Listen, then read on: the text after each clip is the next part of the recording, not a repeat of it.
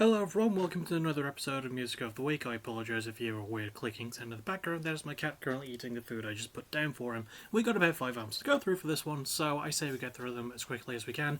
It was going to be 6 albums, although one of them I found out got pushed back to June, so yeah, saving a little bit of work. So let's go.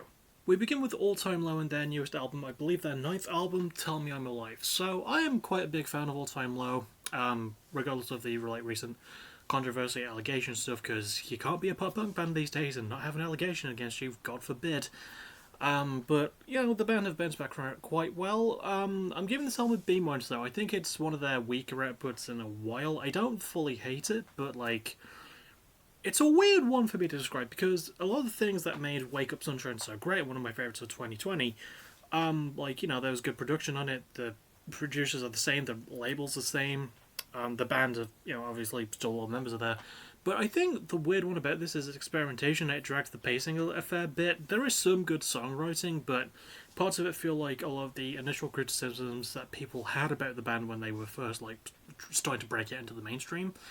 And I think there's a bit too much of the over-processing, but the band's natural charm and their pretty good instrumentation, especially Zach Merrick's bass work, are really stuff that carry the album. Sometimes the production does work with it, sometimes it works against it.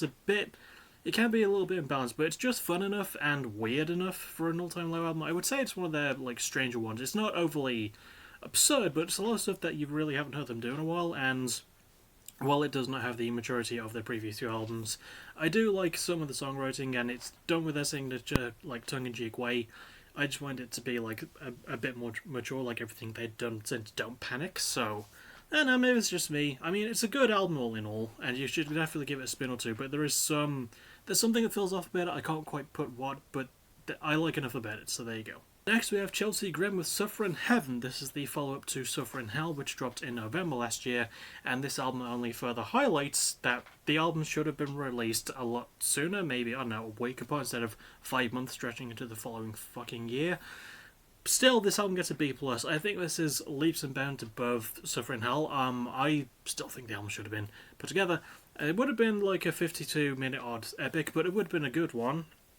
There's much better structuring, much better instrumentation this time around, and I do like it significantly more in terms of its pacing, and the production's really clean too.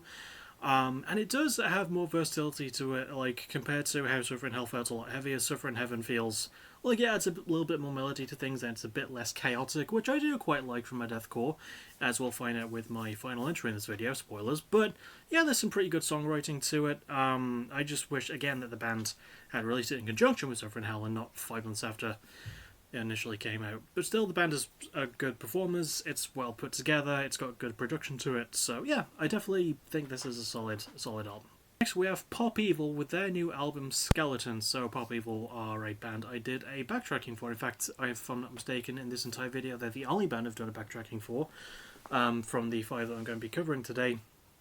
And giving this a C+, lowest grade of the episode, but I think this is a much better album than Versatile, because this one does start to sort of rein in some of the bad habits that they've fallen into as a modern rock group. On the last one they were doing a really bad impression of Sin Shake Sin, who are great, and this time around they're doing a bad impression of Shinedown, who have been doing a bad impression of themselves for a long time. I'm just kidding. I think Shinedown are pretty cool when they want to be.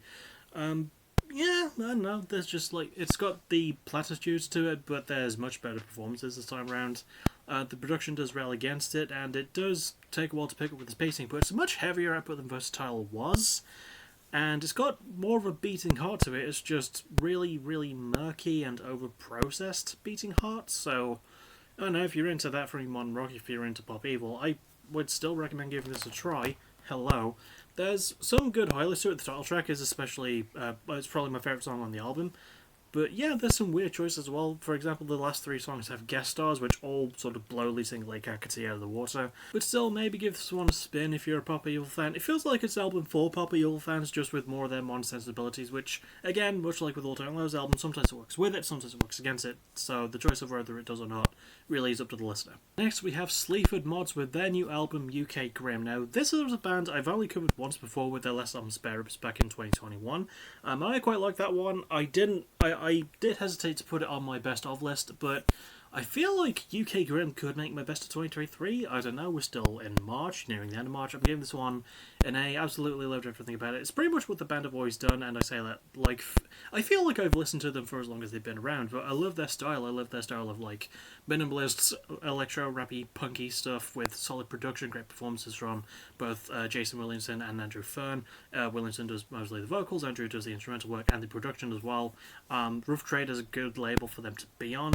I love the style, I love the sneering attitude, I love the sense of humour and satire and tongue-in-cheek that the band have always been capable of. It can feel a bit long. There's about 14 songs on it, and it's... oh, I don't exactly remember how long it is, but I will put the timestamp in editing form, in text form, a bit here. But yeah, this is still really good. Performances are great, production's really solid. I like a lot of the beats and the instrumentation to it. The lyricism is still one of the band's best points, so definitely give this one a shot. I quite liked a lot of it. And we're ending with another band from the UK, but a much newer one, Viscera, with their second album, Carcinogenesis.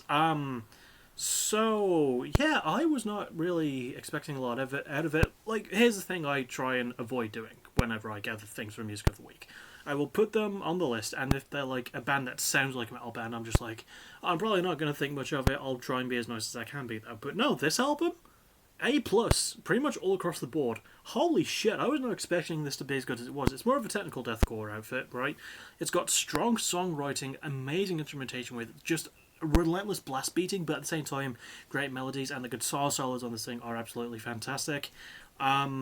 The performances are great as well. There's just so much passion behind the band. They're a very young band. They're only about 5 years into their career, and this is only their second full length, but still, they just have a really great grasp on their sort of like technical deathcore. There's some elements of prog in there if you listen hard enough, but like it all coalesces fantastically. There's great soaring parts in the structuring as well. It carries its length very, very nicely. The production's really, really clean too, very organic, which is not something you get a lot of for deathcore. It can feel a bit overly dense and textured, but no, this one feels a lot more relaxed, but without it being too lazy. You know, it's just so well handled on all fronts, and it's easily the album I recommend the most.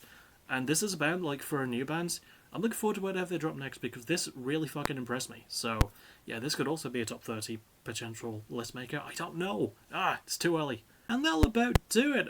The albums from least favourite to most favourite would probably be Pop People with Skeletons, All Time Low with Tell Me I'm Alive, Chelsea Grim Suffer in Heaven, Sleaford Mods with UK Grim, and Viscera Carcinogenesis. As always, give all of these at least one listen, formulate your own opinions. I find that a lot more interesting than just listening to me. The next thing I'll see you for will be tomorrow night, PBW vs AVW with the halfway show. Then over the weekend, the next Let's Play, because on Tuesday I posted my Hi-Fi Rush Let's Play, and it seems to be doing well. I love that game so much. I mean, what a game. My cat is currently in the midst of cleaning himself. Yeah, no, go watch that if you haven't. I don't normally try and plug my Let's Plays, but me and all of you did watch it because the game really fucking rules. And next video you'll see me for will probably be a Friday night review on Sunday. So that's about all I have to plug. As always, thank you for watching. You're awesome.